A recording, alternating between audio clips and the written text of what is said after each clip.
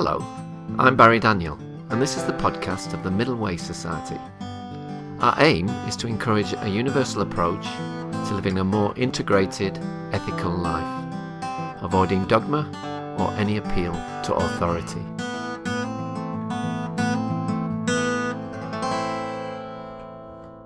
My guest today is Steven Howlett, who is a senior lecturer at Roehampton University Business School and previously a senior lecture fellow at the Institute for Volunteering Research, where he was involved in many projects looking at the profile of volunteering, the management of volunteers, and policies towards volunteering. He's the co-author of Volunteering and Society in the 21st Century, and he's here to talk to us today about volunteering in general, some of the research projects he's been involved in, and how it might relate to Middle Way. Hello, Steven. Welcome to the MWS podcast. Hello, Barry. Thank you very much. Pleased to be here. Okay, can we begin maybe by you telling us a bit about your background and how you got involved in this field of work? I think I'm not unusual when you speak to people who are interested in the voluntary sector and volunteering, in that a lot of people arrive in a fairly circuitous route, actually. I mean, my background is nothing to do with volunteering as such, but at one point in my career, I was involved in the evaluation of regeneration programs. Okay. But it was looking at the way in which communities within deprived parts of cities were regenerating themselves, largely through big capital projects. But as I was working on those, I got more and more involved in the community side of it. Then looking at the community groups themselves, how they organised and how they were managed. And it was a short step from there to go to volunteering. Why people got involved in volunteering, why people gave their time free to their communities and to their fellow community members, what they got out of it, how it was structured, how it could be helped, how could there be more of it within communities, and largely what it meant in a sort of a changing world where giving time freely seemed to be meaning different things at different times. I just got more and more involved in that, and that's been what I've been doing now for the past, a good many years, maybe 10, 15, 20 years even. Okay. In terms of volunteering, in the history of it, is it a fairly recent phenomenon, or has it always been part of human society in some form or other? Oh, I think we can say it's always been a part of human society, Barry. I think that the thing with it is it's one of these things. It's the terminology. It's when you want to call something volunteering and give it a name, and then impose a structure on it around that. So if you think of it in terms of people giving their time freely to something other than themselves, then I guess we've always had it. If we wanted to look at what it's looked like in terms of people looking at it and saying that's volunteering, well, you can find a long history. I suppose the starting point of many will be around the Victorian time, when that was the golden age of volunteering. It's always existed before then, but we start to look at the way in which we can recognisably see people involved, and at that point we sort of look at it in terms of the noblesse oblige, the rich looking after the poor. But at the same time, there's plenty of people who've looked at the idea of friendly societies and the way in which people have involved themselves at a community level. I think they've been the interesting areas that people have looked at volunteering, and I think the other interesting development on that is when we get to much more recent history, when we get to maybe around the Second World War, when everybody assumed that volunteering would dissipate, would fade away with the coming of the welfare state. And actually, as we know, it didn't, and in many ways it's stronger than ever. So I think it very much depends on how you want to label actions, how you want to look at them, and where I suppose the power lies within those relationships of saying, well, that is somebody who's a volunteer, that's somebody who's just doing something there for their community. We can look. There's a rich history of volunteering. Okay, and then I'm not sure which question to ask here, but maybe the one you're most comfortable with. Either why volunteer or why do people volunteer? Well, that's a very interesting question, and I remember doing some work with someone called Susan Ellis, who's one of the most knowledgeable people about volunteering in America. And she's got an online journal called E-Volunteerism that I helped out with for a while. And she said, Stephen, if you're going to gather articles for this, please don't do anything else on motivations. We know enough. That's all we get is motivations. But it's still a very, very interesting area. And you can find as many reasons for people to get involved as there are volunteers. But I think in general you would look at it in terms of, okay, there's the very instrumental ones. There's the things like the way in which it's pushed towards younger people as a way of getting skills and those kind of things.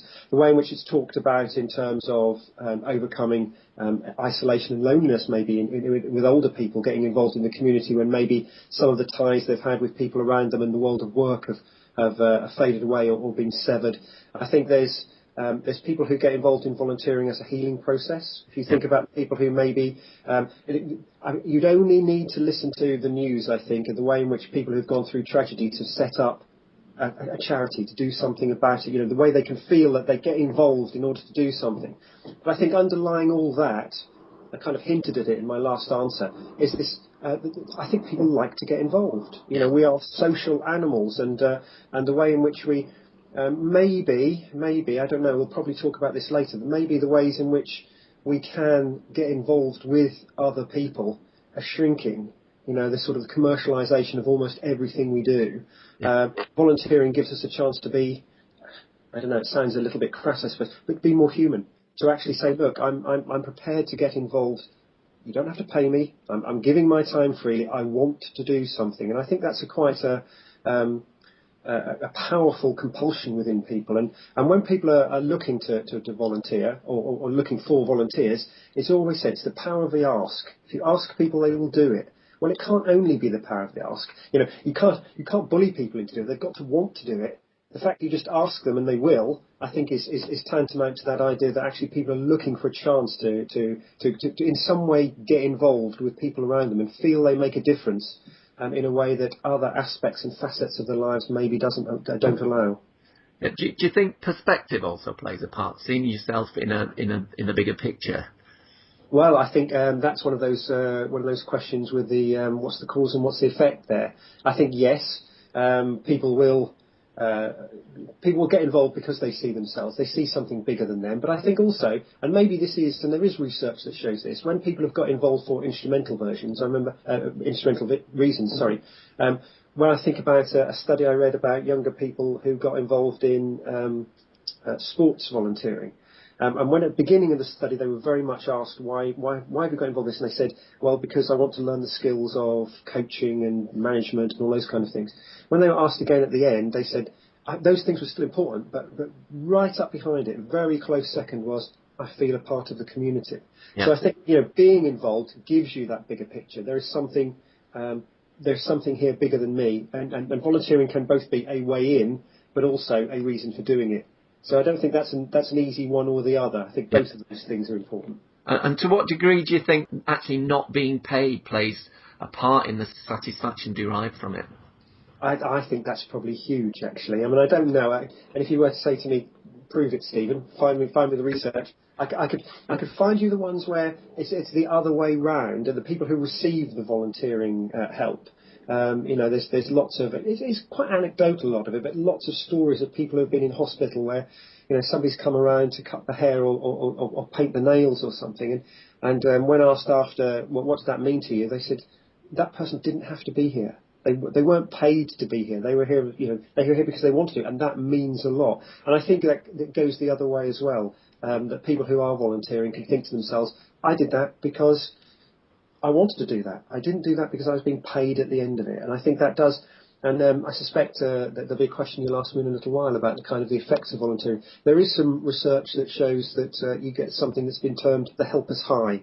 Yeah. That actually, when you've done something for your fellow people, your community or whatever, you do feel good about it in and of yourself. And I think if you, I don't know, I mean I'm speculating, but I think if you introduce the money aspect into that, something would be diminished. Yeah, I don't think your helper's high would be there if you were paid for it. The idea that you've done it because you wanted to do it, I think, is a powerful thing. Yeah, and that makes sense to me too, Stephen. And other benefits? Well, other benefits, there's all sorts of things. I mean, there are the instrumental ones that I'm talking about, sort of, the way in which volunteering is marketed. If I could start to use those kind of words, it's almost impossible to avoid using them now, towards younger people as ways of getting skills and whatever. But there are and I've hinted at them already, there's the socialisation aspects, the way in which people can make friends. There's the healing process of being involved in something. People who volunteer for the Samaritans because something's happened to them. People who volunteer for hospices because they've seen a relative or a child go through cancer or something like that. But there's a broader picture. It goes back to what you said about things that are bigger than yourself. There's the things that maybe you don't recognise in yourself, but we will all recognise in our community. That, again, using the terminology that's in and out of fashion, the social capital, the way in which when we do things, we can add to a stock of something in our communities that's bigger. And if it was to all work perfectly, and it doesn't, because I do recognise there's kind of ghettoisation in all these sort of things, you end up working with people who are different from yourself. Volunteering can get you involved. I remember doing a study many years ago now of it was corporate volunteering.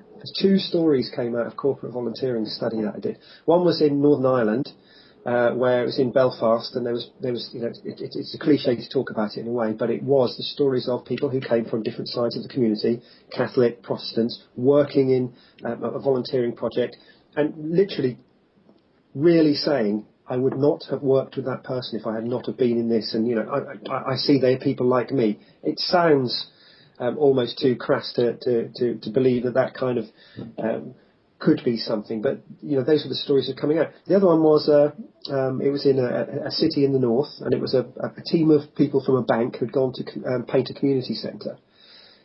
Typical kind of a project for corporate volunteering, and they were painting this community centre. And one of them said, we looked up and there was this was like on Wednesday afternoon or something, there were some younger people walking towards them.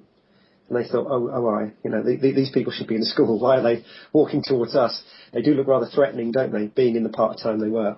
Yeah. And they said, well, we were a little bit unsure. And these people came up to them and they said, well, what are you doing? And the bank people said, we're painting this community centre. Why are you doing that? Well, we've come from work, and this is our project or whatever. Go on then, give us a go. And these people then, they all got in together and started painting. And that was a powerful story for these people who had spent most of their time it was a head office actually in a bank, but not engaging or communicating with different parts of their own city, and seeing this one part that they went to as threatening. And the first thing they saw when they saw these young people as threatening.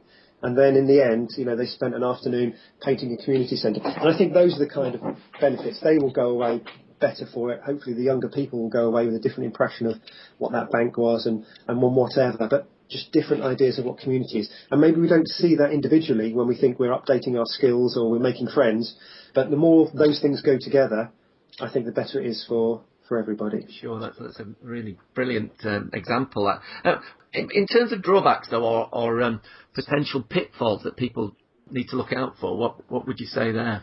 Well, I do fall into that. And when I was in the Institute of Volunteering Research, we always had to be careful we didn't fall into that boosterism, because we like the projects we would only say the good things about volunteering. And if we're honest, there are drawbacks. It can take a lot of your time. There will be and always are projects that you'll get involved with that will seem to have a lot of people involved, but will rely on a few people giving a lot of time. Yeah. And if you are one of those people that end up giving a lot of time, that can seem like a burden on you.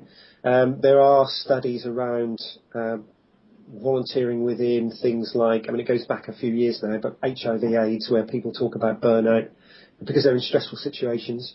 You can be, I think, in stressful situations in volunteering. It's not all, it's the cliche, the elderly lady in the charity shop. Volunteers get involved in all sorts of things. I'm thinking again about hospices, where people go in, with children's hospices, and they see children pass away, and those are stressful situations. Sure, yeah. And I think the other thing, those things can be addressed through kind of the management of volunteers, and that in itself has a danger.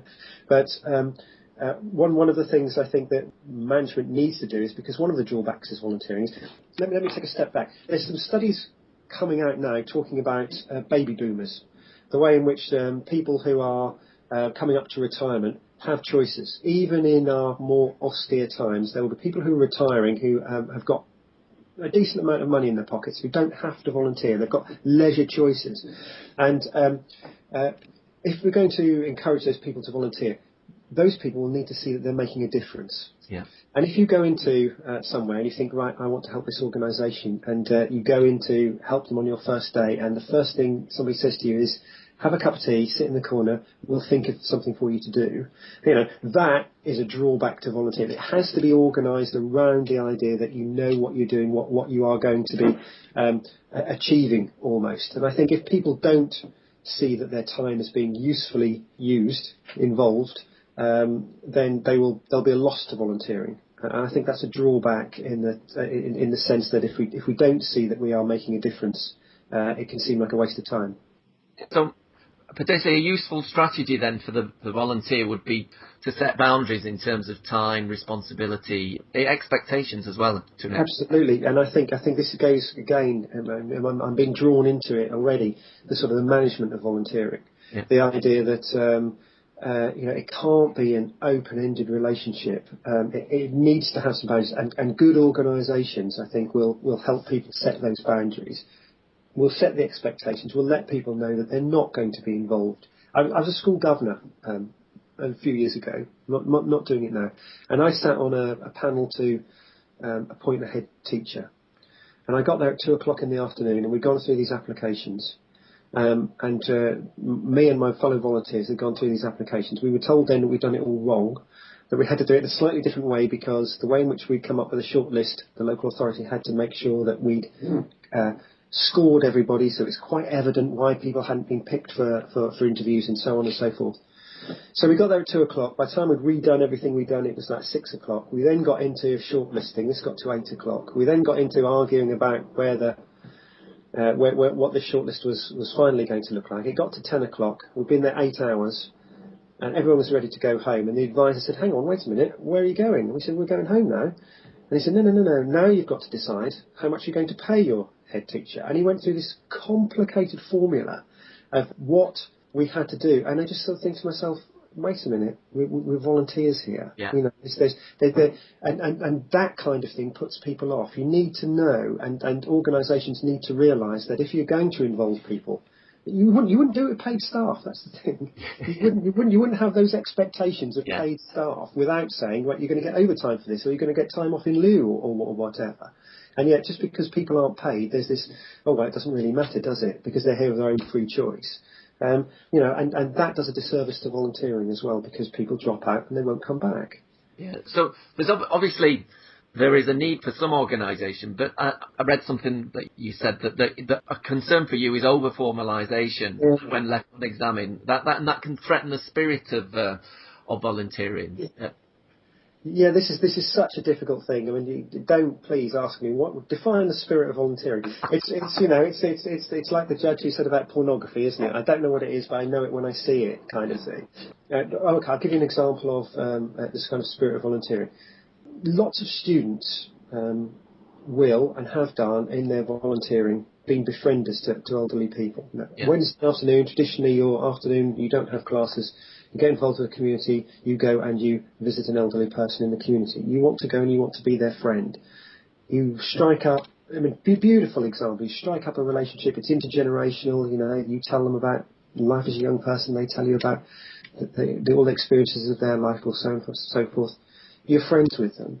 And then the person you asked said, my bedroom light is just broken, could you change the light bulb? All of a sudden, I can't do that for you. Why not? Because I might do it wrong. And if I do it wrong, it might catch fire, etc., etc. We have to be able to trust, we have to be proportional on the risks of those kind of things. Actually, if you're going to befriend someone, it isn't just going and talking. You do those little jobs for them.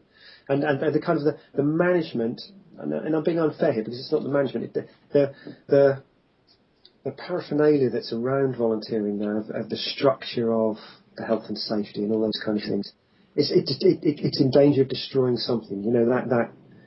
That thing that I'm talking about, that spirit which is, I'm just going to go around and I'm going to talk to these people because that's what other people do. Do you think tick boxing in general erodes trust in a sense?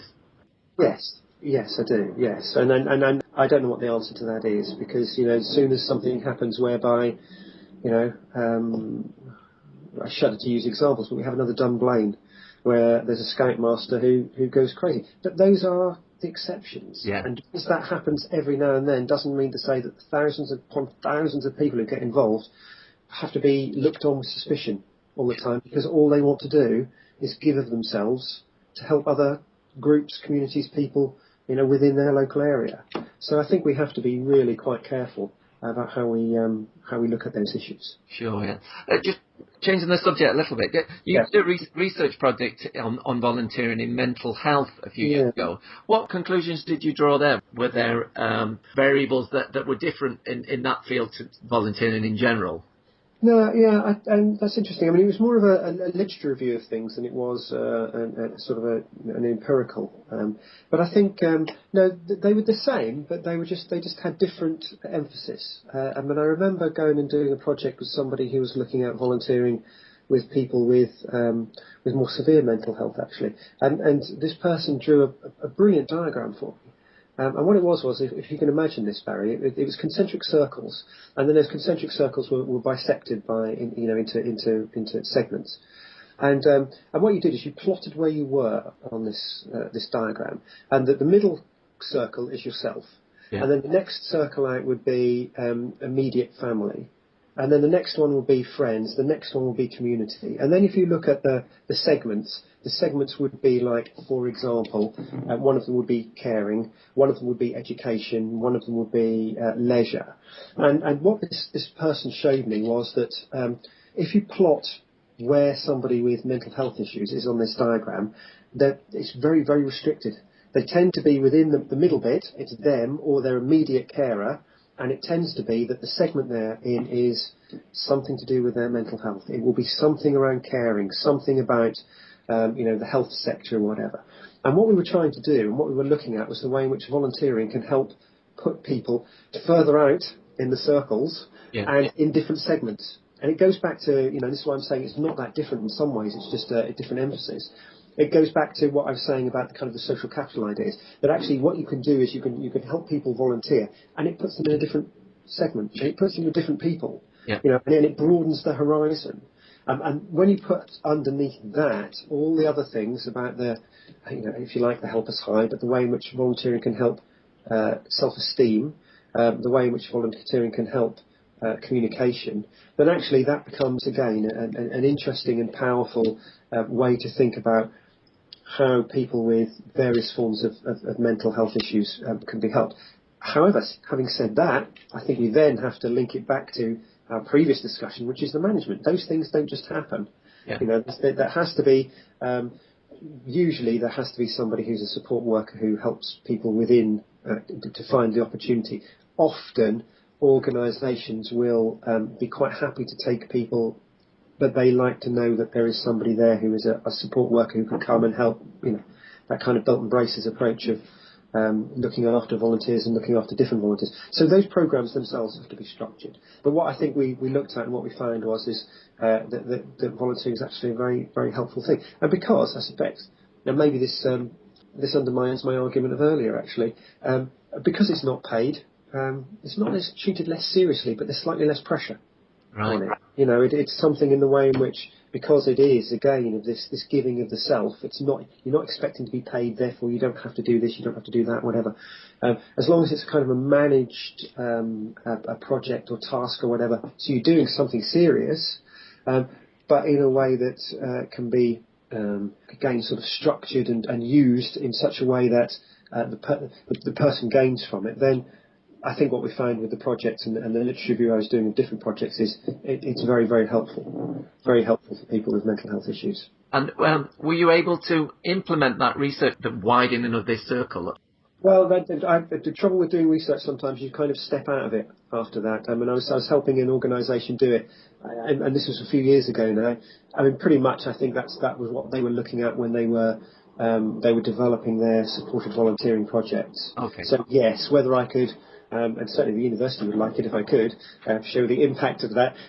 I don't know, to be honest, because it was quite a few years ago, but I would like to think yes. Yeah, okay. In the 1980s, I went to live in Germany for a number of years, and I did some volunteering there. At the time, at least, it was a lot easier to get involved in volunteering in the UK than there. However, that seemed to be because the state in Germany was providing a lot more for the things that volunteers did over here in the UK.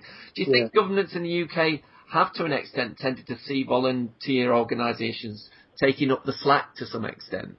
Without a doubt, Barry. Yeah. And I think that's not necessarily a bad thing.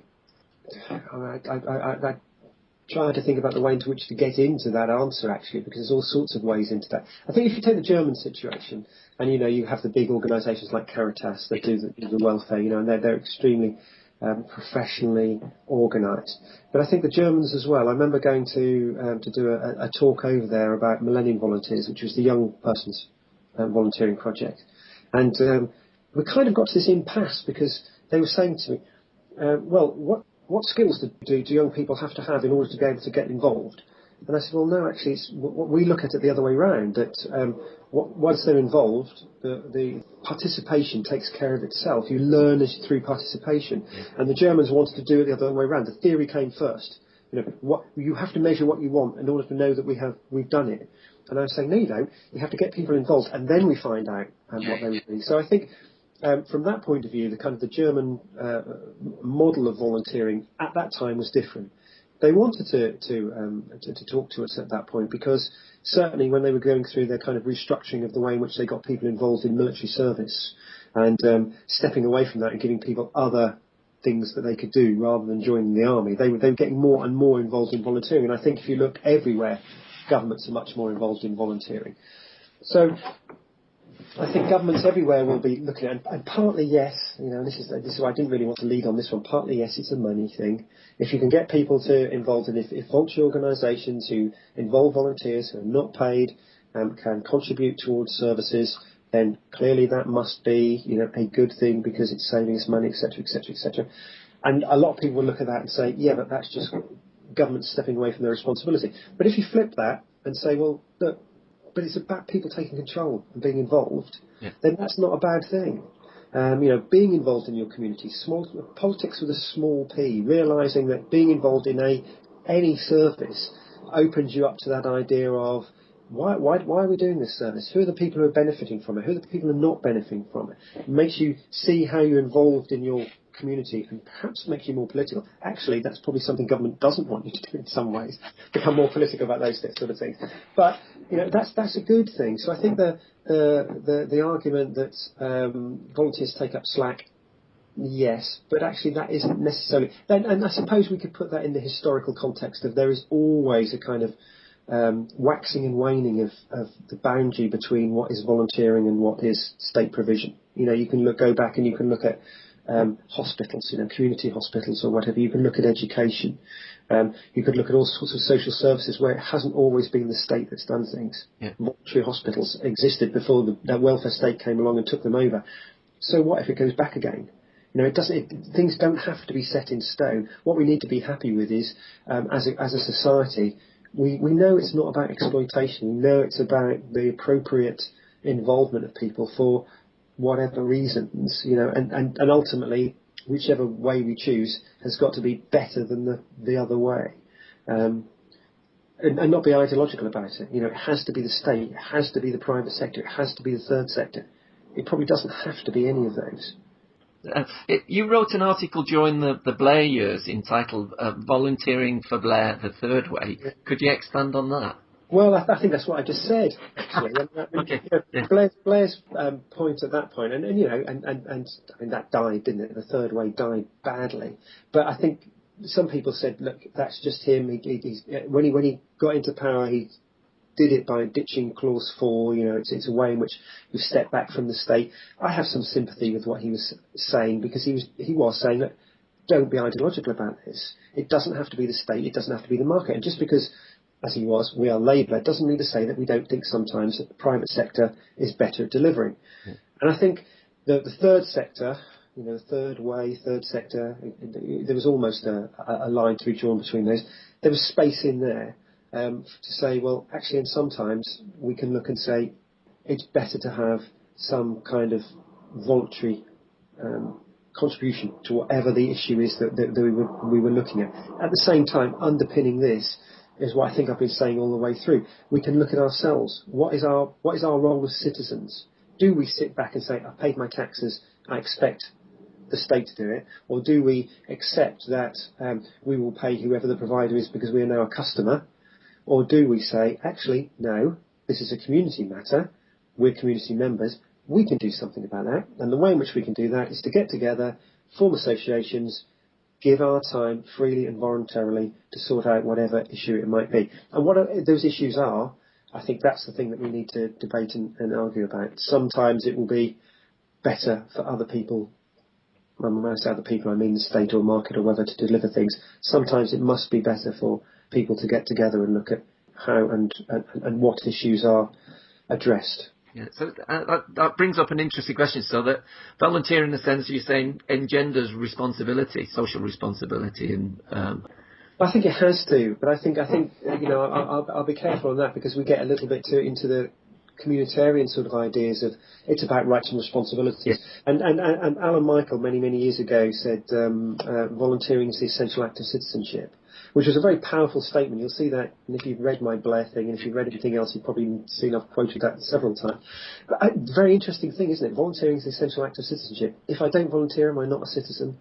Again, it goes back to that, what are we using this for? Right back to where we started this, Barrett. This kind of, what labels do we want to put on this? You have to volunteer. It's the way you show that you're a good citizen. Well, I don't think that's helpful either. And yet, if we do, which we've been saying as we've been talking, if we see ourselves as part of a bigger picture, and we can come to that ourselves without being told to, the Subotnik, the Soviet, the enforced volunteering, Saturday morning, you will volunteer. That's no good. Yeah. But if we can encourage people to say that society is bigger than any of us as individuals, and the way in which we can contribute to that through giving our time for free, I think that is, and I can't see how those kind of responsibilities do not follow. Yeah.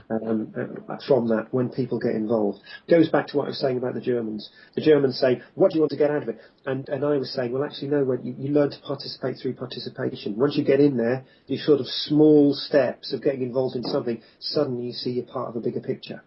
Yeah. You can get involved in other ways, and you should be able to limit those ways if you want to, or do more, do less. But you see yourself as part of something bigger than just yourself. Oh, I can relate to that, Stephen. Okay, my last question, Stephen. What is your understanding of the middle way, if any, and how? And if you do have an understanding, how might it relate to what we've been talking about today? Well, Barry, I don't know actually. I was trying to do a little bit of research when you asked me to do this to see what this is all about. And actually, I think this fits quite nicely, doesn't it? Yeah. Really? That kind of middle way between can I be crass about having things done for you or doing everything yourself? That sort of, where am I in the bigger picture? That's what it is, isn't it? What should I contribute to that thing around me? What can I expect of other people? What should other people expect of me? What is, and again, it sounds so self-righteous, but what is the right thing to do? Yeah. As a person who maybe sits back and reflects upon themselves, the modern world, where they are. What should I do? How should I relate to other people? And it seems to me that kind of middle way is thinking those things through, saying, okay, look, maybe I don't even want to do this, but I should, because this is the way in which we're all going to be better off together. And do you know what? I might actually enjoy it once I've done it. So that's my kind of rapid picture of the way in which I see volunteering relating to all sorts of things, not least of which the middle way that you talk of. Great. Okay, well, it's been absolutely fascinating talking to you today, Stephen. Thank you very much for giving up your time. That's great. Thank you very much.